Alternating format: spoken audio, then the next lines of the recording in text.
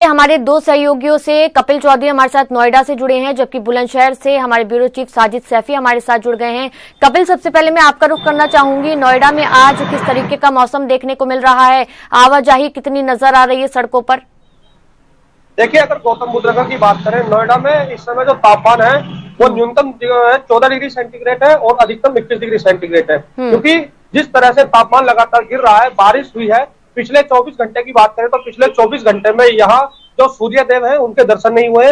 आप मेरे पीछे तस्वीरों में देख सकते हैं कि पूरा जो रोड है, पूरा रोड बारिश के कारण से गीला हो गया है और लोग अपने घरों से निकलने से पहले पूरी तरह से अपने आप को गर्म कपड़ों में लपेटे हुए, क्योंकि 8 से 9 बजे के बीच में यहाँ पर जो गर्मी है, सूर्यदेव के दर्शन हो जाते थे। लेकिन पिछले अगर 24 घंटे की बात करें तो यहाँ पर पूरी तरह से बारिश झमाझम पड़ रही है। कल देर रात से बारिश लगातार पड़ रही है, लोग अपने घरों से कम निकल रहे हैं, सड़कों पर पानी भर जा रहा है, जिसके कारण जाम की भी समस्या आ रही है। तो इस तरह से तमाम जो चीजें हैं, क्योंकि जो तमाम चीजें हैं पूरी की पूरी यहाँ पर जो तेज रफ्तार है वाहनों की, उस पर भी रोक लग गई है। आसमान में जो सफेद चादर है वो भी पूरी तरह धुंध में छाई हुई रहती है। तो अगर गौतम बुद्ध नगर की बात करें तो यहाँ पर सर्दी का जो सितम है वो लगातार जारी है। आप मेरे पीछे तस्वीरों में देख सकते हैं कि लोग रोड पर जो है बैठ करके अलाव लगा करके लोग खड़े हुए हैं। कोई रिक्शा चालक है, जो राहगीर है, वो लोग खुद ही लकड़ियां इकट्ठी करके जला करके खड़े हुए हैं और लगातार जो है लोग सुबह के समय घरों से बाहर निकलते हैं। पूरा का पूरा जो ये रोड है,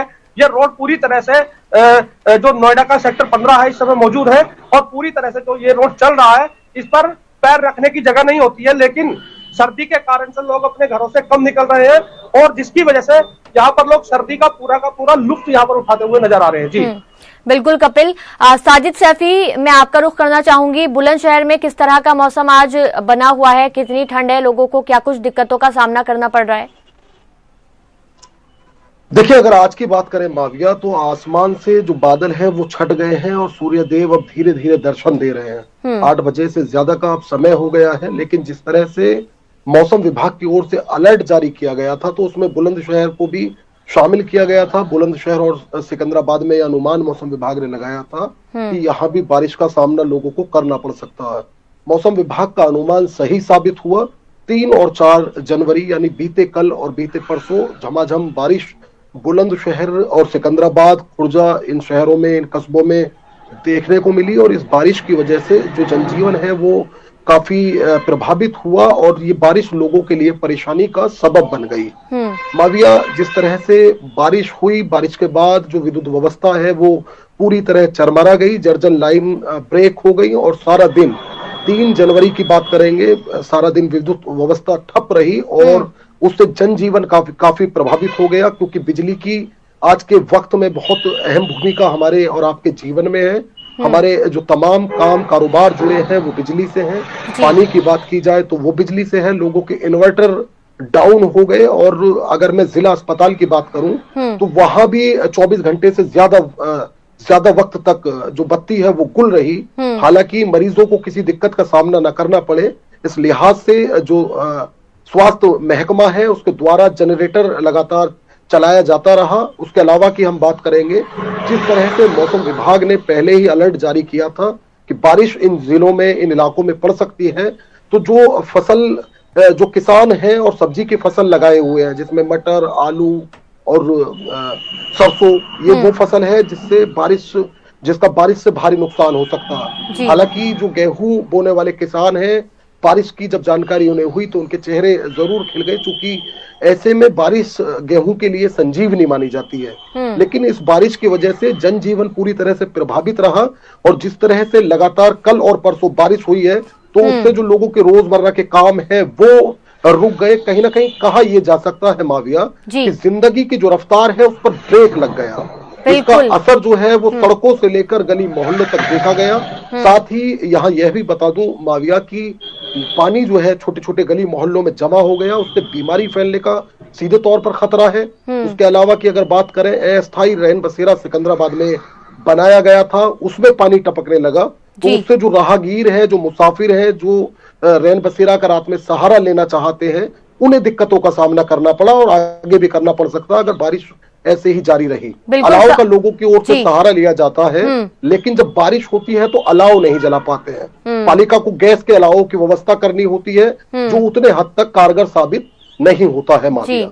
बिल्कुल साजिद सैफी, जो कुछ भी आप गिना रहे हैं ये बहुत बड़ी अव्यवस्था है और प्रशासन को इस ओर ध्यान देना चाहिए। एक तो ठंड और ऊपर से गरीब लोग जिनके पास इतना पैसा भी नहीं है कि वो सही से ठंड से बच सके, उनके लिए तो कम से कम पर्याप्त इंतजाम होने ही चाहिए। कपिल चौधरी, अभी साल का आगाज ही है और आज 5 तारीख है, अभी से ही ठंड जो है वो बढ़ती जा रही है, तो यही माना जाए कि अब जैसे जैसे जनवरी आगे बढ़ेगा वैसे वैसे नोएडा वासियों को और ज्यादा ठंड की मार झेलनी पड़ेगी। जी देखिए माविया, बिल्कुल सही बात है कि जिस तरह से जो साल का आगाज है, जनवरी का महीना है, जनवरी के महीने में सर्दी पड़नी लाजमी है, लेकिन बारिश की वजह से जो अव्यवस्था है पूरी तरह से चरमरा गई है। हाँ। बिजली गुल होने की शिकायतें हैं और जो रैन बसेरे प्राधिकरण के द्वारा बनाए गए हैं उनमें भी पानी लगातार टपक रहा है। जो लोग वहां पर रैन बसेरे में रात गुजारने के लिए गरीब लोग भूखे हुए हैं, वहां पर पानी लगातार टपक रहा है। और गौतम बुद्ध नगर में कई जगह जो किसान संगठन है वो भी धरने पर बैठे हुए हैं। जो उनके जो टेंट लगाए गए थे, जो उनके तंबू लगाए गए थे, उनमें भी पानी भर गया था, उन्हें भी काफी दिक्कतों का सामना करना पड़ रहा है। तो कुल मिलाकर अगर बात की जाए, बिजली गुल होने की शिकायत रही है, रैन बसेरे टपक रहे हैं, क्योंकि रैन बसेरे की जो छत है वो तिरपाल की बनाई गई थी और तिरपाल जो है बारिश की बूंदों को नहीं रोक पाया, जिसकी वजह से रैन बसेरे की जो है वहां पर लगातार टपक रहे हैं। आप मेरे पीछे भी देख सकते हैं, ये रोड है जो पूरी तरह से यहाँ पर चलता फिरता रोड है। लोग अपने घरों से दिल्ली से जब आते हैं तो इसी रोड से निकल के नोएडा से की तरफ से जाते हैं। तो पूरी तरह से जो ये रोड है ये भी सुनसान सा दिखाई दे रहा है, क्योंकि इक्की दुक्की गाड़ी यहाँ से निकलती हुई गुजरती हुई दिखाई दे रही है। तो इसी से अंदाजा लगाया जा सकता है कि यहाँ पर जो लोग हैं घरों से कम निकल रहे हैं, क्योंकि बारिश की जो मार है वो लगातार पड़ रही है।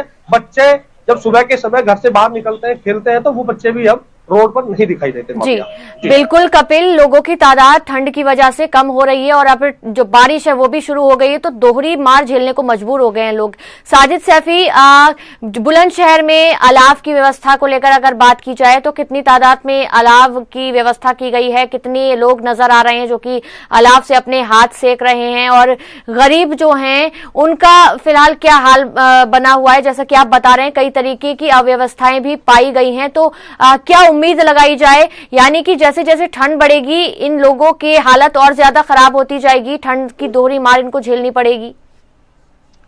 बिल्कुल ठीक कहा माविया आपने कि अगर बरसात बढ़ती है और सर्दी जो है वो बढ़ती है तो उससे जो आम लोग हैं उन्हें कई दिक्कतों का और सामना करना पड़ सकता है, कई परेशानियों का और सबब बन सकती है बारिश। अगर और बारीकी से हम समझना चाहें माविया, तो अगर बेमौसम बरसात होती है उससे बीमारियां फैलती है। पानी जिस तरह से मैंने आपको बताया कि सर्द मौसम में पानी गलियों में जमा हो जा रहा है, कई ऐसे इलाके हैं जहां से पानी नहीं निकल पाता, थोड़ी देर की बारिश में पानी भारी मात्रा में जमा हो जाता है, तो वो जो पानी है उससे बीमारियां फैलेंगी। अगर बीमारियां फैलेंगी तो हमें कई दिक्कतों का सामना करना। बिल्कुल साजिद सैफी, तो जिस तरीके से लगातार हम देख रहे हैं ठंड बढ़ रही है और बारिश भी शुरू हो गई है, तो ऐसे में बहुत जरूरी हो जाता है कि प्रशासन की ओर से